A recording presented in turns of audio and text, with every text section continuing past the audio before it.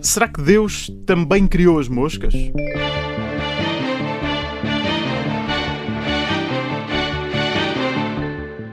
Este é o segundo episódio de As Histórias da Bíblia, o podcast da Rádio Observador, em que deciframos o livro mais impresso e distribuído da história da humanidade, mas não necessariamente o mais lido. Eu sou o João Francisco Gomes, sou jornalista e escrevo sobre religião no Observador. Eu sou o Francisco Martins, padre jesuíta e professor do Instituto Bíblico de Roma. Eu sou o João Basto, padre e colunista do Observador. Todas as semanas, com a ajuda destes dois especialistas, vamos olhar para uma parte da Bíblia e percorrer este livro do início ao fim. Neste segundo episódio, vamos olhar para o primeiro texto da Bíblia, o Gênesis. Vamos falar sobre Adão e Eva, o lugar dos mitos na Bíblia, o modo como este texto moldou a ideia que a humanidade tem sobre o princípio das coisas, o pecado original e tentar responder à pergunta que fiz no início. Estas são as histórias da Bíblia.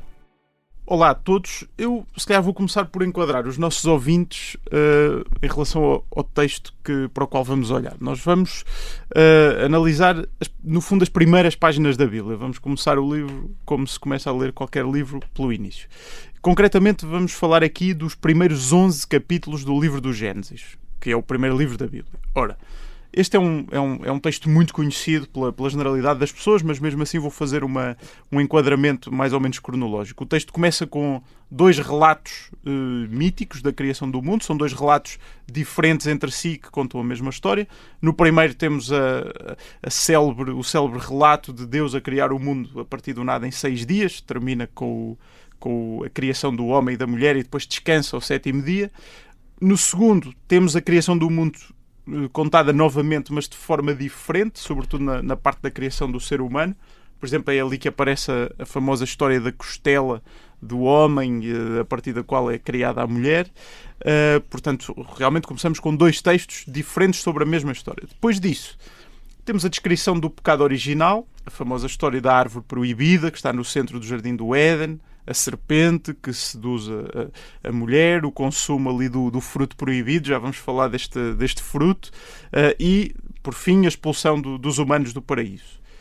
E depois destes primeiros capítulos, ainda temos neste bloco dos textos fundadores, digamos assim, várias histórias bastante conhecidas e muito importantes: Caim e Abel, o dilúvio, a Arca de Noé, a Torre de Babel, enfim, por aí fora. E no final deste bloco de textos, a Bíblia termina os relatos da criação do mundo e avança, no fundo, para a história concreta do povo de Israel, e é ali que nos é apresentada uma personagem muito importante, que é o patriarca Abraão. Não vamos já para aí, vamos ficar nestes primeiros 11 capítulos. Enfim, Francisco, eu tenho que ir diretamente ao assunto e fazer uma pergunta que eu acho que está na cabeça de muitos ouvintes, que é: isto foi mesmo assim? O mundo foi mesmo criado assim? Adão e Eva existiram mesmo? Quer dizer, quem é que são estas pessoas que nós encontramos aqui no início da Bíblia? Outra coisa que é importante dizer é que realmente a Bíblia, ao início, não quer falar sobre o que aconteceu no princípio, no sentido cronológico do termo, ok? Nós estamos aqui a falar da história do Senhor Adão e da Dona Eva, que foram o primeiro, e depois a partir daí, etc., até nós. A Bíblia conta esta história, que é uma espécie de pré-história mitológica, e isto é uma ideia-chave, não é? Não estamos a falar do início absoluto cronológico, estamos a falar de uma espécie de pré-história mitológica do processo da criação. A Bíblia até dá uma pista interessante, que é a duração da vida dos personagens da história. Começamos com Adão, que dura 930 anos. Portanto, tem 930 anos de vida. Depois até, na história ali antes do livro, aparece o Matusalém, que é a personagem mais famoso, Matusalém, que é a personagem com uma vida mais longa da história da humanidade, 969 anos. E pouco a pouco, conforme nos vamos aproximando da história de Abraão, no capítulo 12, os anos vão reduzindo e vão tendo uma medida humana. Porque realmente ainda estamos num processo de criação até ao aparecimento da humanidade no sentido histórico do termo, que para a Bíblia é com Abraão e para a frente, praticamente. Portanto, ou seja, não são personagens reais. Exatamente. São personagens quase simbólicas. Primeiro que Exalto tem nomes simbólicos e são personagens simbólicos. São figuras do género humano em processo de criação. Portanto, a Bíblia não entra na pergunta científica sobre a origem cronológica absoluta da humanidade, não é? Se vimos ou não vimos dos macacos, se eventualmente é um casal ou vários casais, a discussão do monogenismo e o poligenismo. A Bíblia não entra nisso. A Bíblia realmente está interessada em mostrar que Deus é criador, que cria a humanidade, e como é que este processo de criação acontece antes do início da história, que praticamente é Abraão. Sim, há aqui a ideia que este texto é um mito, não é? E há aqui também esclarecer que o mito, no nosso sentido, que geralmente é compreendido como fanatismo, superstição, que não tem lugar no mundo moderno, na verdade o mito aqui é um texto coletivo importante, não é? Não é necessariamente algo que é inventado simplesmente por uma fantasia pessoal. E aquilo que o Francisco disse, que é uma espécie de pré-história, se nós imaginarmos que muitos dos filmes famosos que nós conhecemos têm uma prequela, nós estamos aqui a falar de uma prequela que, na verdade, não conta uma história que aconteceu, mas cria o ambiente para compreender a história que nós já conhecemos. Exatamente. Aliás, isto não é uma história cronológica nesse sentido, nem até cronologicamente escrita, não é? Isto não é o primeiro livro a ser escrito da Bíblia. Então, quando é que foi escrito? Já agora, sabemos, conseguimos decifrar essa... A Bíblia, provavelmente, estes capítulos são relativamente tardios. Estes capítulos são, provavelmente... É um conceito que nós temos um bocadinho de dificuldade. Se calhar não temos, porque esta ideia de que se a pessoa está a escrever um livro, muitas vezes a última coisa que é escrita é a introdução do livro. Isto é muito normal. Se a pessoa escreve um livro, escreve no final a conclusão e depois é que escreve a introdução. A não ser que o livro já tenha as conclusões antes de começar. Exato. Também pode acontecer. Mas, e aqui é um bocadinho isso, esta espécie de prólogo mitológico da Bíblia, antes do início da história do povo, que começa com Abraão, esta espécie de prólogo mitológico provavelmente foi acrescentado ao livro do Gênesis, já num período a seguir ao exílio, do século VI antes de Cristo. Portanto, já quando se pensava um bocadinho em criar a ideia de Pentateuco, dos 5 livros: Gênesis, Êxodo, Levítico, Números e Deuteronômio. Um pouco a ideia que falámos no episódio anterior de que o povo judeu, quando estava exilado em Babilónia, longe da sua terra, do seu templo, etc., precisava de uma espécie de... Eu acho que a expressão que usaste a semana passada foi uma pátria móvel, uma pátria portátil, uma coisa assim. Ou seja, sim. Também isto faz parte dessa ideia das origens daquele povo, não é? Que... Faz. Isto tem a ver um bocadinho com a experiência que Israel faz, no sentido de Israel, o povo de Israel faz, que é... O povo de Israel faz uma experiência de que Deus é Salvador, que salva o povo, ok? Mas a certa altura faz também a experiência de que este Deus, que é um Deus nacional, não é só um Deus nacional. É um Deus universal. Se calhar estas pessoas, se calhar enquadrar esta ideia. Mas esta ideia de que realmente, inicialmente, os hebreus estavam convencidos que o Deus deles era só um Deus entre os outros deuses, nacional. E pouco a pouco, sobretudo a seguir ao exílio, percebem, não, este Deus é um Deus universal. E é desta experiência de declarar este é um Deus universal que vem a convicção que então este Deus é não só Salvador e intervém na história, como é também o Criador. E é preciso dizer isso e contar isso numa história que seja uma espécie de prólogo à nossa história. Até porque nós, até deixei isso por dizer na semana passada, que é quando nós lemos a Bíblia nós temos também que ter atenção. O Francisco falou dos géneros literários, falamos já aqui de mito. Se alguém estiver agora no carro, estiver a ouvir o programa, abrir a Bíblia, porque encontrar uma inspiração para o seu dia-a-dia, encontrar Levítico 20 e ler entrega e vende a tua filha como escrava, não me parece prudente que vá a correr fazer isso, não é? Buscar a filha à escola, vendê-la como escrava. Se calhar tem que esperar até ao final dos episódios do podcast para perceber se sim ou se não, mas se calhar não é o mais prudente. Ou seja, todos nós acho que entendemos o contexto literário, os géneros literários em que as coisas estão escritas, e a mesma coisa se aplica aqui, se calhar de maneira mais substancial. Estamos muito habituados a esta ideia de uma coisa é ciência, outra coisa é religião. Será que miúdos na escola perguntam muitas vezes que é: professor, nós nas aulas de ciência aprendemos uma coisa, vimos as aulas de educação moral e aprendemos outra. Quem é que tem razão? Na verdade, uma leitura cristã diz que as duas, mas em graus diferentes, não é?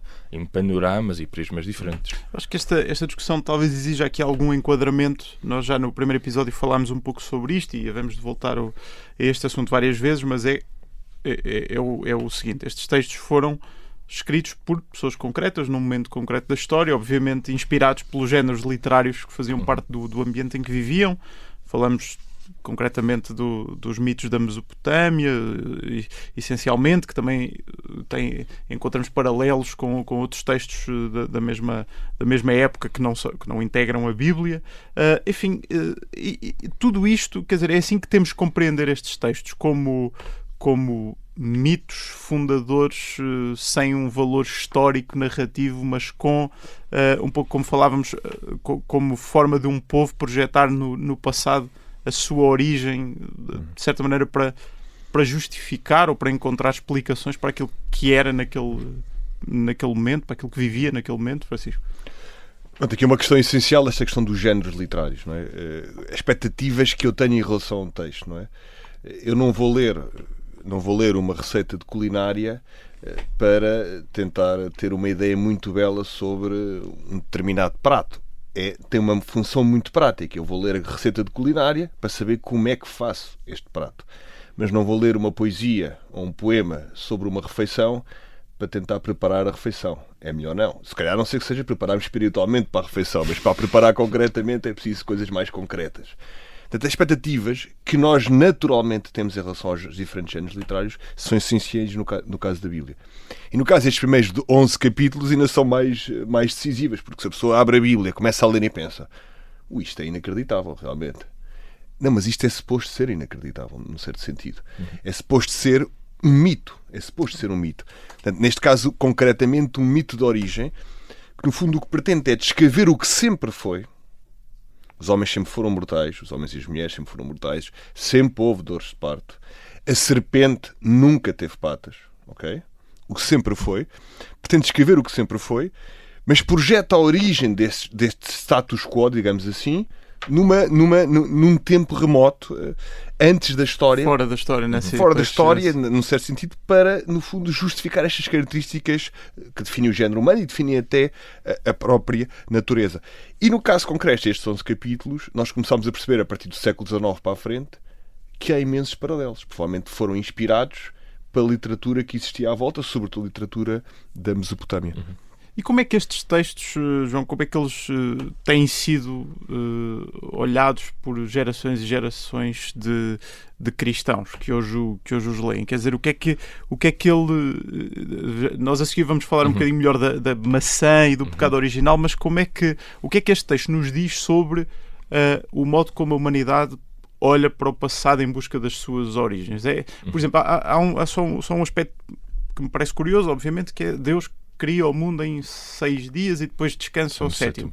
Isto parece, evidentemente, servir para ajudar a explicar a semana, o ritmo da semana, o ritmo litúrgico da semana dos judeus. Sim. Primeiro, acho que há aqui uma questão prévia, que é o facto de se querer contar isto com uma história e não se querer utilizar um texto científico. Existiam na altura não textos científicos como tem o Isaac Newton e o Einstein, mas um texto científico da época. Portanto, eles optam por um texto narrativo. E o facto de as histórias, de certa maneira, nos aprisionarem, acho que conta aqui. Portanto, acho que mostra a nossa aptidão como seres humanos para contar histórias. Acontece isso, por exemplo, nas Mil e Uma Noites. Não é? Nós às vezes nem sabemos quem é que está a torturar quem nesse livro. Agora, nós, por exemplo, temos influências desta história em coisas muito simples, como a árvore de Natal. O facto de existir uma árvore que celebra uma espécie de novo nascimento, mas que tem, na forma tradicional, formas esféricas, até tradicionalmente maçãs, revela uma leitura cristã de que a árvore que existiria no paraíso, na verdade é também a árvore da cruz onde Jesus vai ser morto. E isso é a mesma coisa na cultura popular, muito mais simples, da maçã, por exemplo, no facto de, na Branca de Neve, quando a bruxa má quer envenenar a Branca de Neve, o fruto escolhido é a maçã. Muito embora na Bíblia não possamos concluir que seja necessariamente uma maçã. Não se fala de maçãs. Sim. Mas então, lá está, só para rematar mais ou menos esta questão. São textos em que a humanidade, concretamente a humanidade que os escreveu, procura projetar também aquilo que era a sua realidade do seu tempo. Sim, ou seja, é como faz-se há bocado se isto são textos históricos ou não. Por exemplo, os Lusíadas é um texto histórico ou não é? Assim, não é um texto histórico como é um texto de um historiador. Mas, na verdade, é um texto histórico, na medida em que é uma projeção e uma memória imaginada de uma história. E isto também, de certa maneira, o que acontece no Gênesis é aquilo o que acontece connosco com os Lusíadas portugueses. Aliás, o Camões com os Lusíadas, de certa maneira, consagrou um conjunto de tipologias da história de Portugal, uma espécie de ordem da história de Portugal, de protagonistas. E aquilo que acontece aqui também é um pouco isso. Não é um... O Adamastor não é necessariamente, acho que toda a gente não está a ler no secundário o Adamastor e a pensar que realmente, quando chegaram àquele ponto preciso, surgiu um grande monstro. Mas entendem o que é que aquele Adamastor significa, quer na obra de Camões, quer depois posteriormente na obra de Fernando Pessoa. Muito bem, nós vamos voltar já de seguida, depois de um curto intervalo, para a segunda parte das histórias da Bíblia. Vamos tentar perceber se Eva comeu mesmo uma maçã ou não e porque é que essa maçã deu tantos problemas ao longo da história da humanidade. Até já.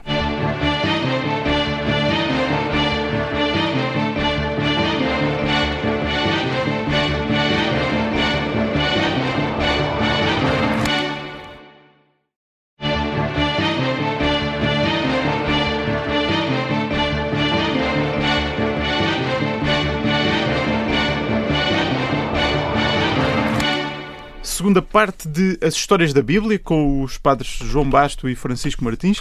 Esta semana estamos a conversar sobre os primeiros capítulos do Gênesis. Já falámos de Adão e Eva e do modo como os mitos da Mesopotâmia ajudaram a inspirar aquele texto e também de como os primeiros capítulos foram construídos por um povo à procura das suas próprias raízes. Ora, Francisco Martins, nós temos estado basicamente a falar, como eu dizia no início deste episódio, a falar dos primeiros 11 capítulos do Gênesis. São capítulos que incluem alguns dos episódios mais famosos da Bíblia, a criação humana, os irmãos Caim e Abel, o dilúvio e a Arca de Noé, a Torre de Babel, etc. Eu gostava de perceber o que é que nos podes dizer. Nós na semana passada, o João Basto estava a tentar desmontar uma ideia que passa frequentemente, que é a de que no Antigo Testamento há um Deus castigador, vingativo, e que depois, por alguma magia, no Novo Testamento se transforma num Deus misericordioso, que é o que os cristãos preferem, não é?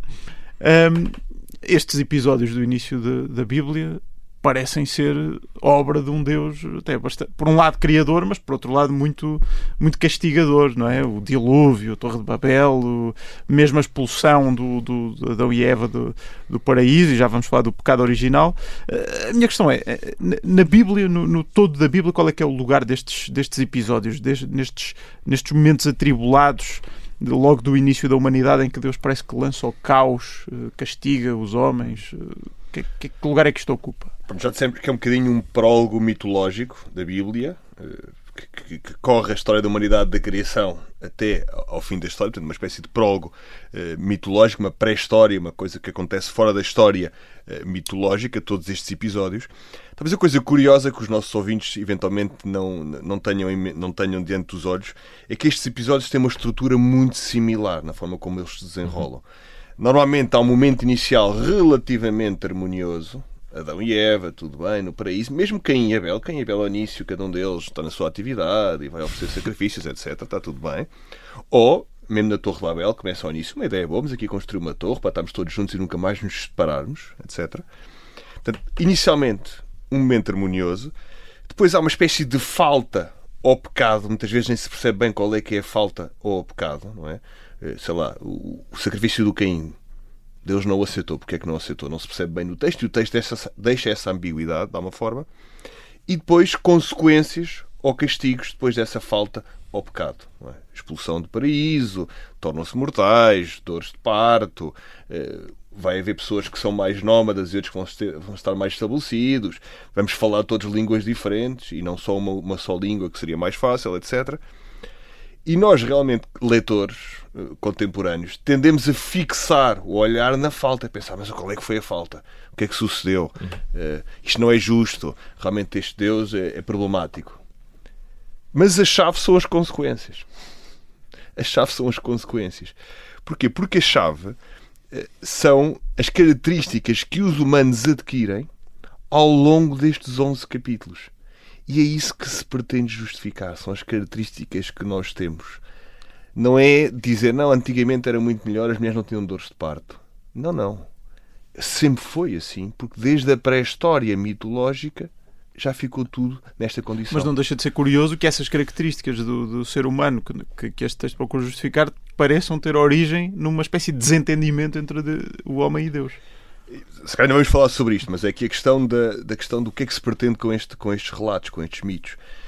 Estes mitos pagam um preço muito alto para tentar dizer a criação é boa e vem tudo de Deus, mesmo as coisas que não são exatamente perfeitas, mesmo as coisas que não são exatamente impecáveis e as coisas menos positivas, como dores de parto, falar diversas línguas, alguns são nómadas, outros são agricultores, etc. Portanto, para justificar estes aspectos menos positivos, estes textos pagam um preço alto, quer dizer, mas isto é tudo Deus e a criação é boa. Até as moscas, é isso? Até as moscas são boas. Se calhar é assim, até por uma linguagem contemporânea, é preciso dizer que estes textos não foram escritos para serem politicamente corretos e para não ofender ninguém. Ou seja, claramente estes textos têm um objetivo, às vezes, de criar turbulência, até pelo choque que criam. Isto acontece muito na literatura, não é? Quando nós estamos a ver uma personagem que faz algum gesto mais violento, não é necessariamente o autor que é assim, ou quem gosta daquele texto que gosta daquele tipo de gesto. Ou seja, muitas vezes, nós às vezes vemos um choque, e estes textos têm isso. Também temos que perceber essa nuance quando estamos a falar desse tipo de textos. Então, e há aqui um dado importante que é, talvez, uma correção de expectativas. As pessoas muitas vezes pensam que a seguir ao capítulo 2 do Gênesis, acabou a criação e começou a dar uma forma à história, não é? Portanto, Deus criou o paraíso, etc. E a partir daquele momento começa a história e depois a partir dali aquilo anda a história normal. Só para enquadrar, a partir do capítulo 3 temos a história do pecado original de Adão e Eva, e depois então Caim e Abel. Portanto, seria a criação, seria só até ao momento harmonioso, e a partir daí para a frente já seria a história humana e com as suas vicissitudes. E esta é uma expectativa errada. Até ao capítulo 11 estamos em processo de criação. Ainda que seja chocante para nós que o processo de criação inclua castigos e dilúvios e destruir torres de Babel, etc. Na prática, até ao capítulo 11 estamos antes da história e estamos em processo de criação. De alguma forma, o primeiro ser humano totalmente criado é o Abraão. Até lá estamos em processo de criação do género humano. Realmente, perfeitamente criado, diria eu, é o pai do Abraão e o Abraão. Então vamos falar desse momento central deste relato da criação, que é o pecado original. João, ajuda-nos a perceber então o que é que aconteceu. O que é que a Bíblia diz sobre isto? Há uma árvore, há uma maçã, há uma serpente? Não, realmente, o que é que está lá escrito? Não, realmente é assim, quando nós fazemos uma leitura um bocado até fora do contexto linguístico, onde o Antigo Testamento foi maioritariamente escrito, o hebraico, nós achamos que estamos a falar aqui de uma maçã, de uma árvore, de uma serpente, até de uma costela, e se calhar nem estamos a falar de uma costela, nem de uma maçã, estamos a falar de outro tipo de coisas. Mas se calhar uma leitura muito linear do episódio do pecado original, que está muito na cabeça da nossa visão da Bíblia, é que Deus criou o ser humano, a seguir esse bem-estar que Deus tem, não é? Existia um mundo de bem-estar, e que esse bem-estar depende do respeito de um limite, de uma ordem, de uma recomendação de Deus, e que se o homem passar esse limite, e esse limite muitas vezes no nosso contexto é entendido como a sexualidade, o homem será castigado e tudo ficará pessimamente organizado. Mas só para enquadrar os nossos ouvintes, esse limite de que falas, portanto, a imagem que é usada no texto é que há uma árvore no meio do jardim, e que se o homem comer da árvore do bem e do mal, que é dita maçã, que não será bem uma maçã, será um fruto, no sentido genérico, nós, enquanto seres humanos, vamos estar no lugar de Deus. Mas há um aspecto curioso que é dito que o homem pode fazer tudo o que quiser, pode tudo o que quiser, menos daquilo. E se tu comeres daquilo, isto é leitura muito linear, tu vais ficar como Deus. E, portanto, de certa maneira, Deus até tem inveja e, portanto, tu não comas aquilo. Acho que isto é uma leitura linear e, aliás, é uma leitura que nos faz cúmplices da serpente. Porque Deus nunca diz isto. Nós, se olharmos para o texto de Fio Pavio, isto é o que a serpente diz que Deus diz. Ou seja, é uma interpretação daquilo da serpente. E isto deve-nos fazer entender outra coisa. Ou seja, qual é que é o sentido desta história, na verdade? É o sentido em que nós podermos comer de tudo, portanto, tudo é de facto nosso, mas se quisermos possuir tudo por nós mesmos, se eu quiser fazer de alguém ou de algo um objeto, eu vou passar um limite, e realmente esse limite é o sinónimo da morte. não estamos aqui a dizer que nós comermos a maçã nos tornar como deuses. De certa maneira, aquilo que Deus está a dizer é: se tu queres viver a criação como um dom, não podes consumir tudo. Quando tu quiseres possuir tudo por ti mesmo, então morrerás. E acho que toda a gente entende isto na experiência do dia-a-dia. Não é? Estar nu, nesse sentido, porque depois há a questão de estar nu, viu que estavam nu. Antes estavam nus e não percebiam. Exatamente, ou não... e agora estão nus e percebem. E cá está, isto também tem aquele link para a sexualidade, não é? Tudo o que é sexo é pecado, porque na Bíblia diz, no capítulo 1 e 2, 3, que é pecado. Estar nu nesta condição não é ver a diferença, não é, ou seja, estar nu depois de eu consumir tudo, consumir a árvore do bem e do mal, na verdade, é ver a diferença não como uma alteridade, como uma complementaridade, mas ver uma diferença, ver na diferença um desafio, não é? Algo que, de certa maneira, me retira mais do que aquilo que acrescenta. E eu estar nu, nesse sentido, a ver e não ver, tem mais esse significado. E aquela serpente, o que é que está ali a fazer? Quem é que é? Sim, sobre isto que o João estava a dizer, e respondendo também à tua pergunta da serpente, etc., e que uma serpente que fala, que é um detalhe importante. Já contei uma história sobre a serpente que fala, que vale a pena. Mas se isto que o João estava a dizer, realmente estes textos, os primeiros 11 capítulos, falam de um processo de criação.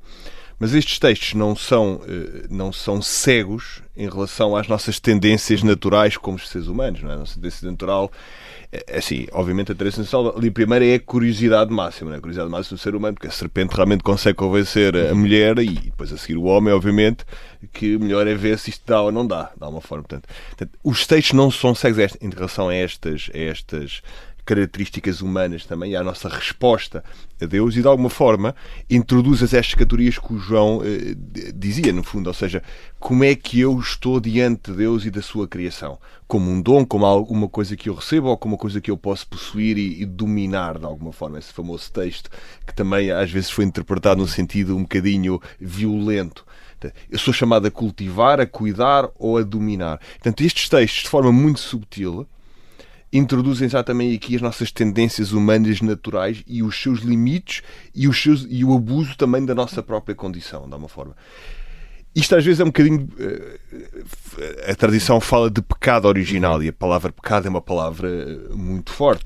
E qualquer leitor, a primeira coisa que pode dizer é como é que eles podem ter pecado se não tinham comido a árvore do conhecimento do bem e do mal, portanto não tinham ainda consciência do bem e do mal, e portanto não pode ser um pecado, tem que ser outra coisa qualquer. É como dizer que um cão fez aquilo por pecado. Não, o cão não fez por pecado. Mas realmente o texto trabalha no sentido de dar a entender que esta nossa tendência a desconfiar do que Deus diz, de alguma forma, no texto, já estava lá desde o início, de alguma forma. Portanto, esta nossa capacidade de transformar a curiosidade em desconfiança aparece desde o início. Não nos queremos chamar pecado no sentido técnico do termo. Ok, tudo bem.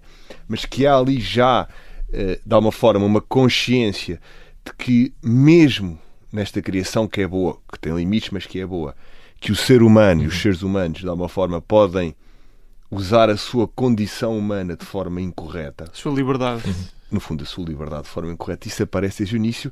Quer a gente lhe diga, quer a gente diga que isto, quer haja já o fruto da árvore do bem e do mal, quer não haja. Isso aparece lá. Portanto, o que eu acho curioso é, às vezes questiono-me se é a serpente que convence Eva, e não falámos, por exemplo, até da ideia de Adão e Eva como não serem figuras reais, mas talvez os seus nomes possam... Mas só fazer esta questão que é, não sei se é a serpente que convence a Eva a ir lá buscar a maçã, ou se é a proibição que convence a Eva a ir buscar a maçã, eu estou a usar aqui a maçã, da mesma maneira que se nós dissermos a uma criança, não toques neste botão, sim, é a primeira coisa que a criança vai querer fazer, é o que é que este botão faz, vou... Sim, a curiosidade botão, que depois dá... Aqui tem um elemento, a curiosidade tem um elemento depois de desconfiança, porque é isso que no fundo que a serpente na história consegue criar, que é, atenção, tu estás curioso em relação ao fruto, o que é que ele te disse, o que é que Deus te disse, será que não podemos desconfiar do que ele disse, etc. Exato. E realmente, até àquele momento não havia nenhum motivo para desconfiar, quer dizer, Deus não lhes deu nenhum motivo para desconfiar nesse sentido, não é? Quer dizer, Deus deu-lhes tudo, não, nesse sentido. Mas a serpente transforma a curiosidade em desconfiança. E isso é que é aqui a... Deixa eu só contar uma história sobre esta história da serpente que fala-se. porque isto é um assunto que a nós, se calhar, não nos choca, mas os primeiros comentadores judeus do texto ficaram surpreendidos com o seguinte, que é, a serpente fala, mas as serpentes depois não falam no dia-a-dia. Em princípio, o homem e a mulher depois não conseguem, no dia-a-dia os animais não falam e a gente não consegue entender os animais. A menos no Harry Potter. No Harry Potter, exatamente. Então, o que é que alguns primeiros comentadores da Bíblia que reescreveram o texto, estou a falar do livro dos Jubileus, no século II a.C., acrescentaram uma maldição ao que Deus disse. Deus também amaldiçoou os animais que não podem voltar a falar com os seres humanos.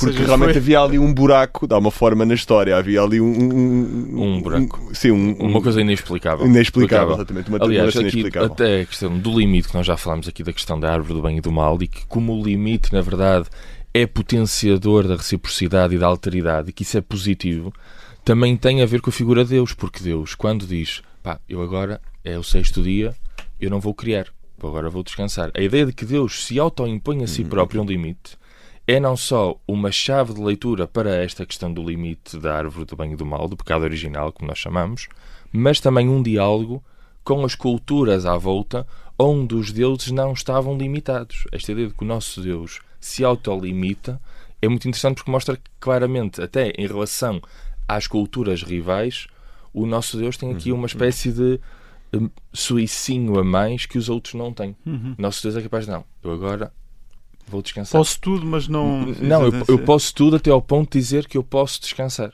Exato. Vamos falar aqui um pouco também sobre as consequências deste episódio. Vocês estavam a falar sobre como é daqui que depois advêm algumas características do ser humano. Por exemplo, essa ideia das dores de parto vem aqui de quando Deus diz à mulher que depois da transgressão vai aumentar o sofrimento dela e terá dores a dar à luz, etc. Portanto, é como se essa realidade fosse uma consequência dessa transgressão, e depois esse castigo acaba no auge da punição, que é a expulsão do paraíso, não é? A ideia de que o homem e a mulher, o Adão e a Eva, depois de cometerem aquela infração, ficam arredados do paraíso.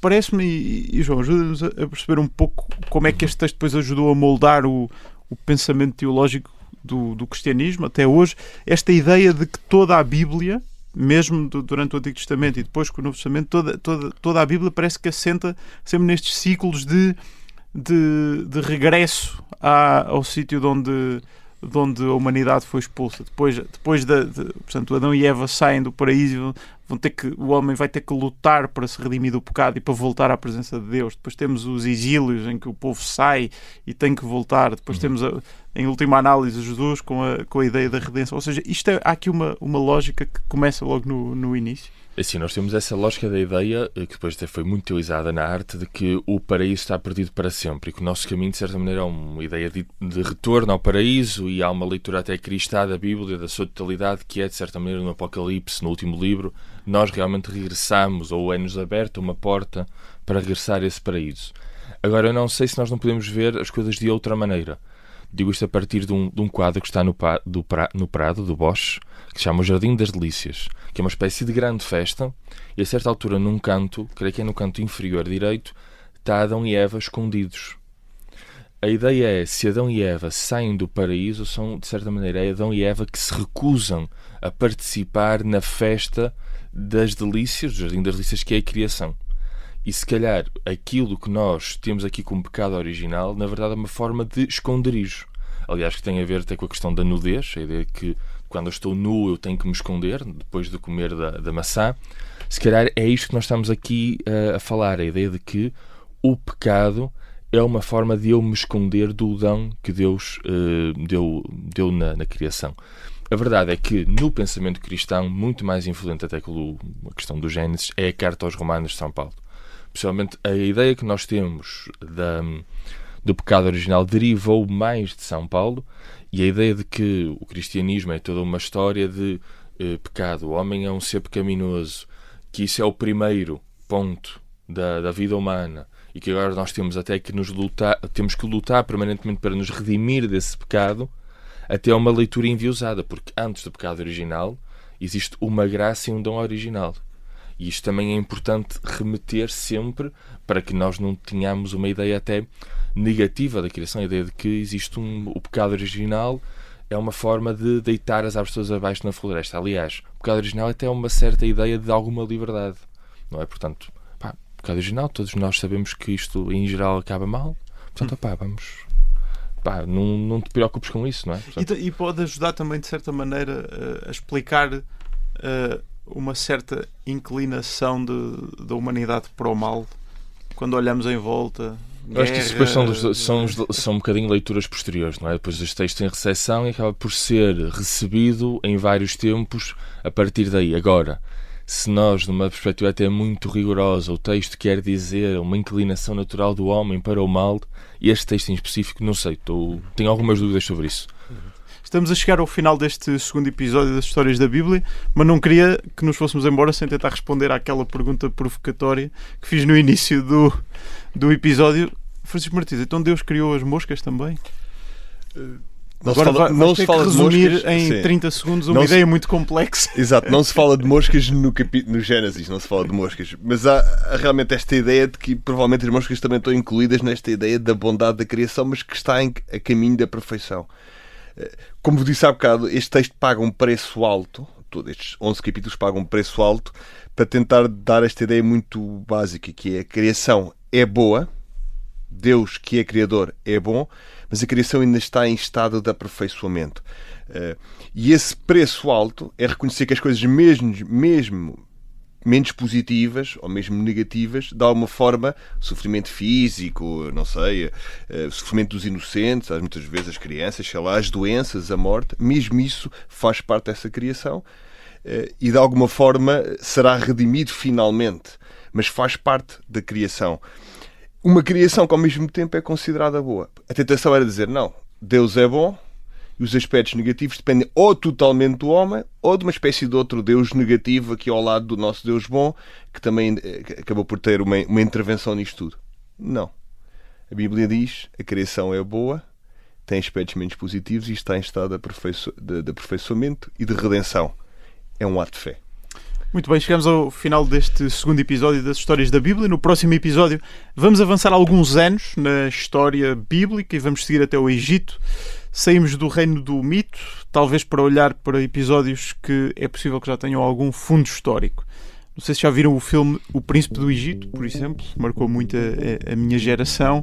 Na próxima semana vamos ver que história é que é esta, afinal, na Bíblia. Até para a semana.